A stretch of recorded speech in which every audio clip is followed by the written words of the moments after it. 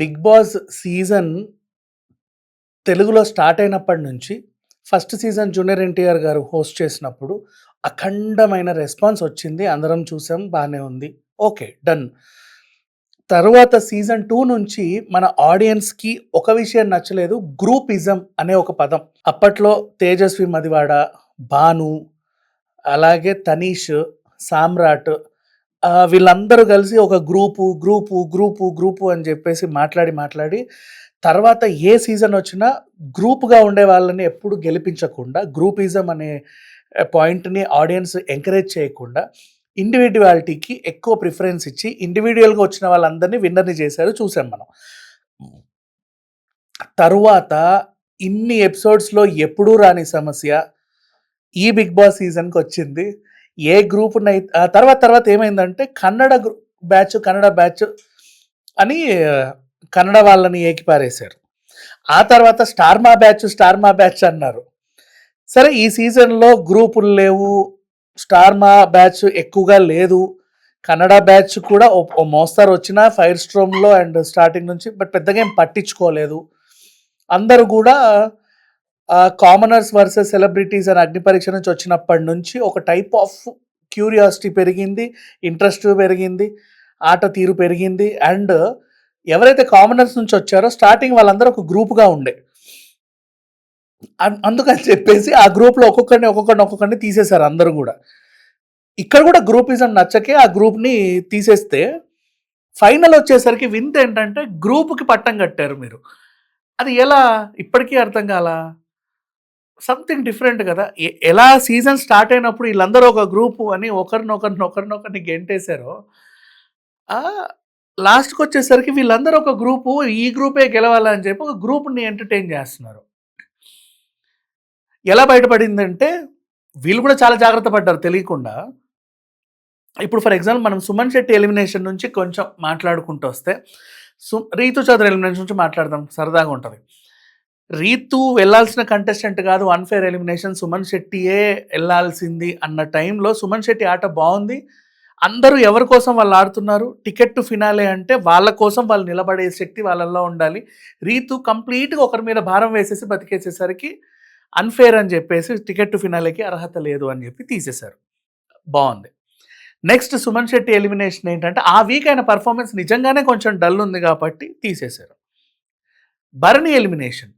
భరణి అప్పటి వరకు ఉండి లాస్ట్ వీక్‌లోనే తన కన్నింగ్‌నెస్ అంతా బయట చూపించేసాడు. ఎలా?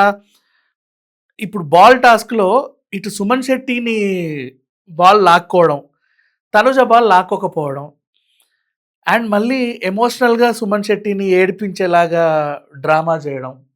ఇట్లాంటివన్నీ అఫ్‌కోర్స్ లాస్ట్‌లో ఏసిన ఏవి వీళ్ళ ఫ్రెండ్‌షిప్ చాలా బావుంది. I accept that. బట్ ఈ ఫ్రెండ్‌షిప్‌లో Suman Shetty friendship was genuine. భరణిది జెన్యూన్ కాదు. యాక్చువల్‌గా చెప్పాలి అంటే. అంటే ఆ హౌస్‌లో ఉన్నంత సేపు. బయట మేబీ వాళ్ళందరూ కలుసుకొని ఆ ఏవి చూసిన తర్వాత అబ్బా! వీడు నా కోసం ఇంత ప్రాణం పెట్టాడా అనైనా మంచి ఫ్రెండ్ అవ్వొచ్చేమో. బట్ హౌస్‌లో హీ డిడ్ కొంచెం కన్నింగ్‌నెస్ యాడ్ చేసాడు. అదంతా బయటపడేసరికి భరణి ఎలిమినేటెడ్. ఓకే. ఫైన్. అంతవరకు బానే ఉంది. ఇప్పుడు టాప్ 5 గురించి మాట్లాడుకోవాలి.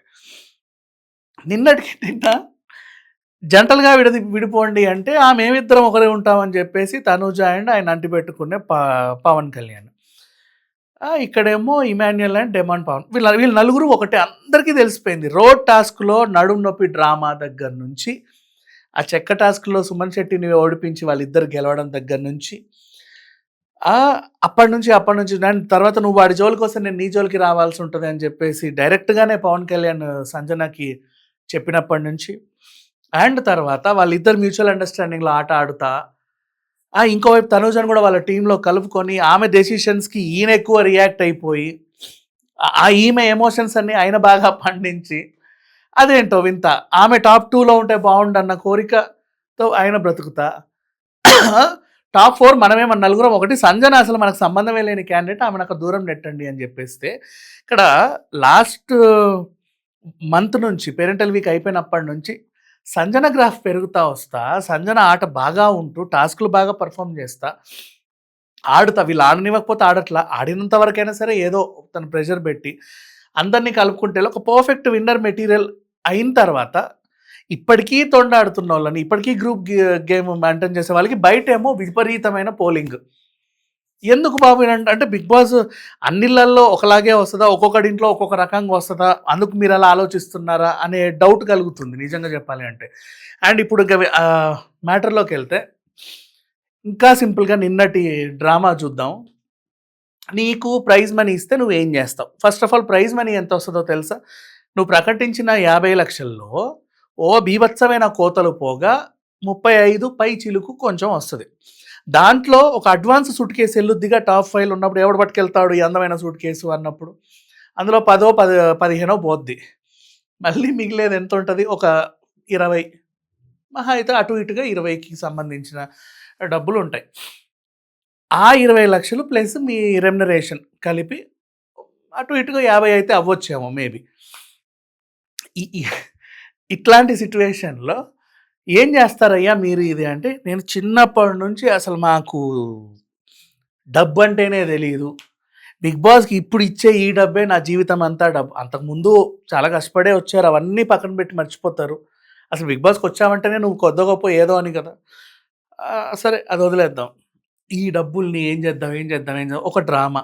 పేదవాళ్ళకి పంచుతాను, వాళ్ళకి పంచుతాను, వీళ్ళకి పంచుతాను, ముగ్గురు పిల్లల్ని దత్తత తీసుకుంటాను, ఇంకేదో చేస్తాను, అదేదో చేస్తానని చెప్పి అడ్డమైన డ్రామాలన్నీ ఆడతారు. స్ట్రాటజీ. ఆ స్ట్రాటజీ నువ్వు ఇవ్వకపోతే తప్పేం లేదు. బట్ ఒక స్ట్రాటజీ. నెక్స్ట్ అసలు మా జీవితంలో నేను పుట్టినప్పటి నుంచి అని స్టార్ట్ చేసి రూపాయి లేదు, అది లేదు, ఇది లేదు, ఏది లేదు.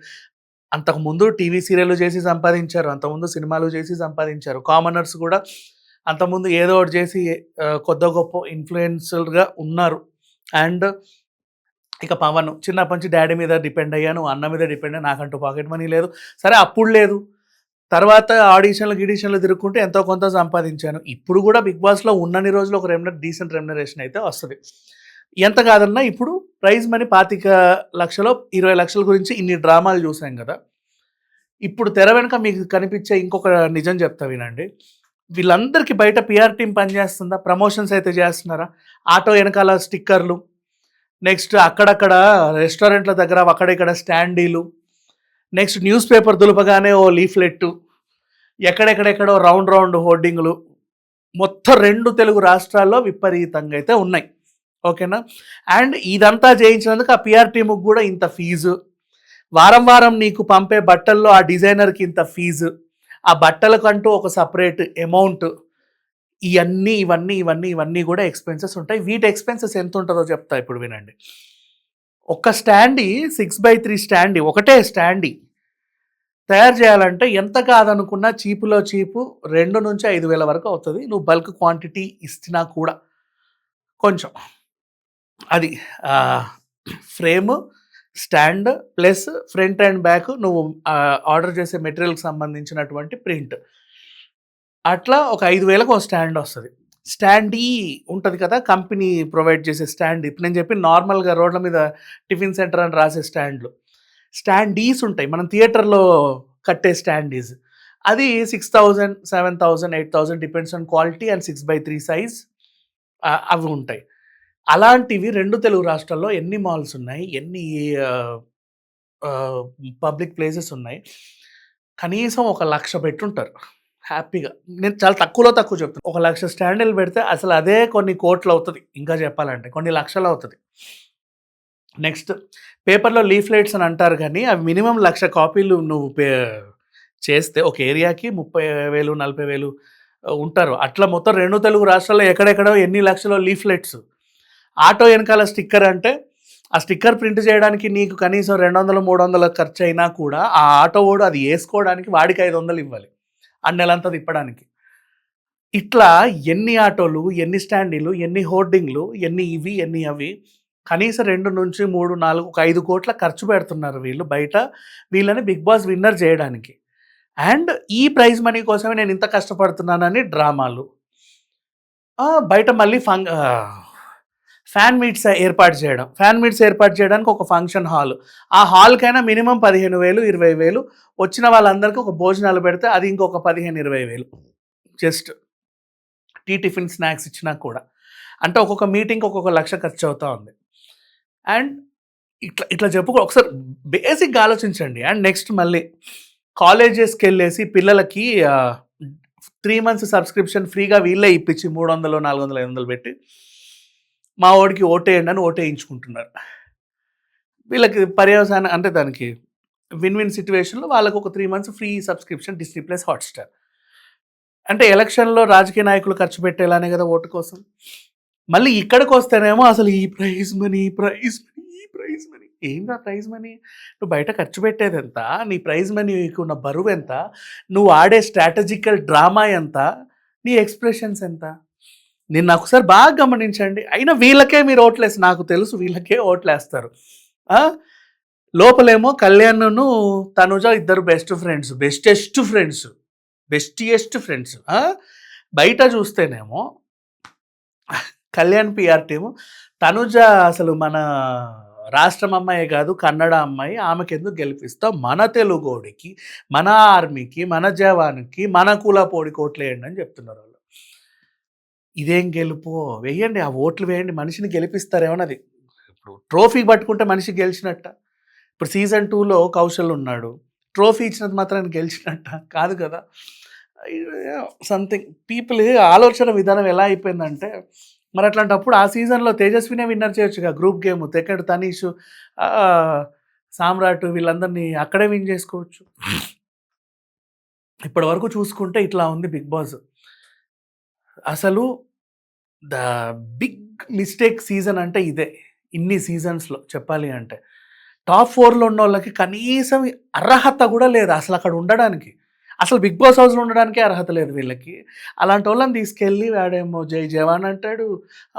ముగ్గురు పిల్లల్ని దత్తత తీసుకుంటా అంటాడు. ఇంకేదో అంటాడు. ఏదేదో అన్ని డ్రామాలు ఆడతాడు. ఈ అమ్మాయి ఏమో ఇంకేదో చెప్పుద్ది. జెన్యూన్‌గా చెప్పింది సంజన ఒకటి. "ఏం చేస్తావమ్మా" అంటే, "మా అసోసియేషన్‌లో పేద కళాకారులు ఉంటారు. వాళ్ళకి మోకాలు నొప్పులకో, దానికో దీనికో నేను ఎంతో కొంత సహాయం చేస్తా. నా పిల్లల పేరు మీద ఫిక్స్డ్ డిపాజిట్ చేస్తా.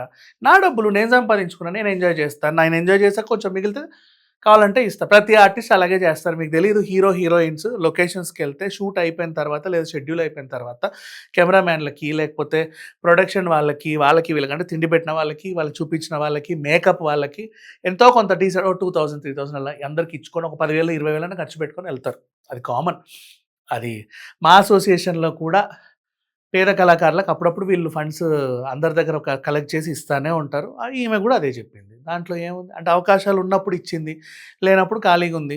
మళ్ళీ ఒక అవకాశం వచ్చి దీని ద్వారా ఇంకొన్ని అవకాశాలు వస్తున్నాయి కాబట్టి మళ్ళీ ఇచ్చింది. అంతే. నా పిల్లల పేరు మీద డిపాజిట్ చేస్తా అనింది. ఇంతకన్నా జెన్యూన్ ఎవరున్నారు? అండ్ మీరు ఓట్లేసే వాళ్ళందరూ కూడా ఇప్పుడు నిన్న, ఈరోజు మొత్తం ఆ డెమాన్ పవన్ అయితే మొన్నటిదాకా రీతును అడ్డు పెట్టుకొని వచ్చాడు. ఇప్పుడు ఏదో గేమ్ ఆడుతున్నాడు.